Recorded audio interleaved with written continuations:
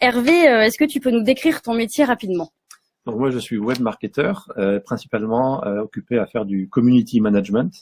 Et donc concrètement, je gère des pages Facebook pour des clients, ou bien je gère aussi leur profil LinkedIn. Voilà, et je m'occupe de leur e-réputation et leur présence sur le web. Alors du coup, tu as du community management, pas le tien à faire, mais ceux d'entreprises, mais aussi donc de personnes, voilà. De personnes physiques. Quel genre de personnes s'adresse à toi et a besoin de tes services? Alors c'est très varié. En fait, j'ai pas deux clients identiques. Donc j'ai un courtier en recherche de financement, par exemple. J'ai un assureur. J'ai une personne qui fait du bien-être, de la relaxation. Voilà, c'est très très varié. Et des fois, tu as leur entreprise et leurs réseaux sociaux professionnels, ou c'est pas forcément cette logique-là qui est derrière? Ça va dépendre. On va choisir un des médias, donc soit Facebook, soit LinkedIn, selon leur activité, voilà, selon leur présence, selon aussi ce qu'ils ont déjà comme abonnés ou pas. Selon voilà, il y a pas mal de critères en fait qui vont entrer en compte et qui vont faire qu'on va choisir l'un ou l'autre. LinkedIn étant plus professionnel, Facebook étant un peu plus ludique, familial, je dirais. Voilà, on va pouvoir jongler avec un des deux médias. Du coup, sur les autres réseaux, pour l'instant, il n'y a pas de volonté vraiment d'y aller dessus.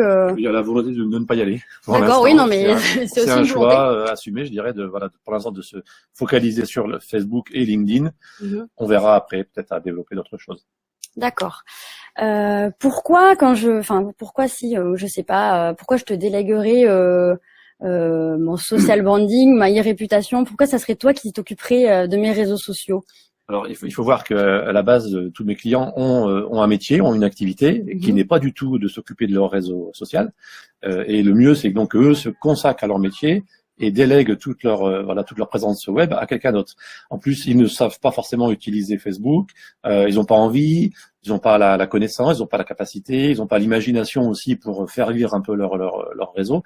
Donc, il y a plein de raisons qui font que le mieux pour eux, le plus rentable, le plus pratique, c'est de déléguer. Alors, c'est vrai que chez nous, à 636, on n'a pas forcément la même vision, mais c'est très intéressant de débattre avec toi aujourd'hui, parce qu'en fait, nous, on leur apprend à s'en servir et à le faire. Mais évidemment, il y a des moments dans la vie où on n'a pas le temps de prendre en main les outils et de les alimenter. Donc, des fois, effectivement, on a besoin de passer par quelqu'un d'externe pour les faire. Mais c'est bien, effectivement, de pouvoir débattre avec toi et de comprendre en quoi il y a quand même aussi des avantages à faire du SEM externalisé, bien sûr. Du coup, comment tu t'organises dans tes journées? Comment ça fonctionne? Tu es tout le temps connecté? Alors, je suis hyper connecté, oui. Bien sûr. Et sinon, je vais en général définir avec le client un peu sa stratégie, où il veut aller, ce qu'il veut faire, ce qu'il veut dire, ce qu'il ne veut pas dire. Aussi. Et puis, une fois que j'ai un peu compris tout ça, et ça, c'est un peu ma plus-value, c'est que j'ai vraiment un très fort relationnel avec le client. On va vraiment prendre le temps de se connaître, d'échanger, etc. Et après, en fait, moi, je vais me poser, et puis je vais, pendant 1 heure ou 2, lui préparer sa ligne éditoriale, lui préparer des posts à l'avance, les programmer à l'avance, non pas les publier, mais les programmer à l'avance, en général, surtout sur Facebook. D'accord. Et voilà, je vais avoir une trame qui va s'étendre sur 2-3 mois, où on aura un squelette un peu de communication, qu'on va après alimenter avec du contenu un peu plus chaud, avec des événements, avec l'activité du client, des choses qui se passent, des choses qu'il a envie de dire ponctuellement, etc. Ok, merci.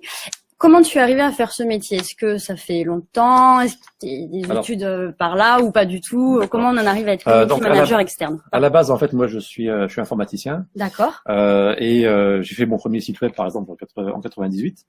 Mais j'avais jamais vraiment touché à tout ce qui est réseau social, Facebook, etc. Je sors là de 10 ans de sous-traitance chez Airbus, où je travaille dans la télécommunication chez Airbus.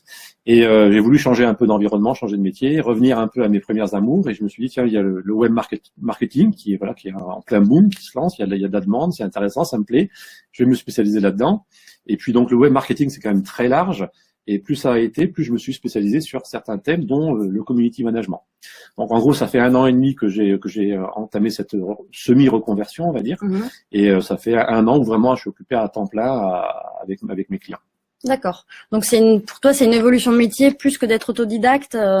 C'est en partie une évolution. C'est aussi une remise en cause un peu et une nouvel apprentissage de technique, absolument, oui.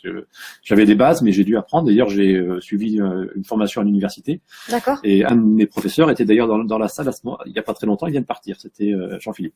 Ah, très bien. Jean-Philippe Howard, donc qui est aussi membre de la mêlée et qui organise avec d'autres personnes les sandwich connection. Exactement.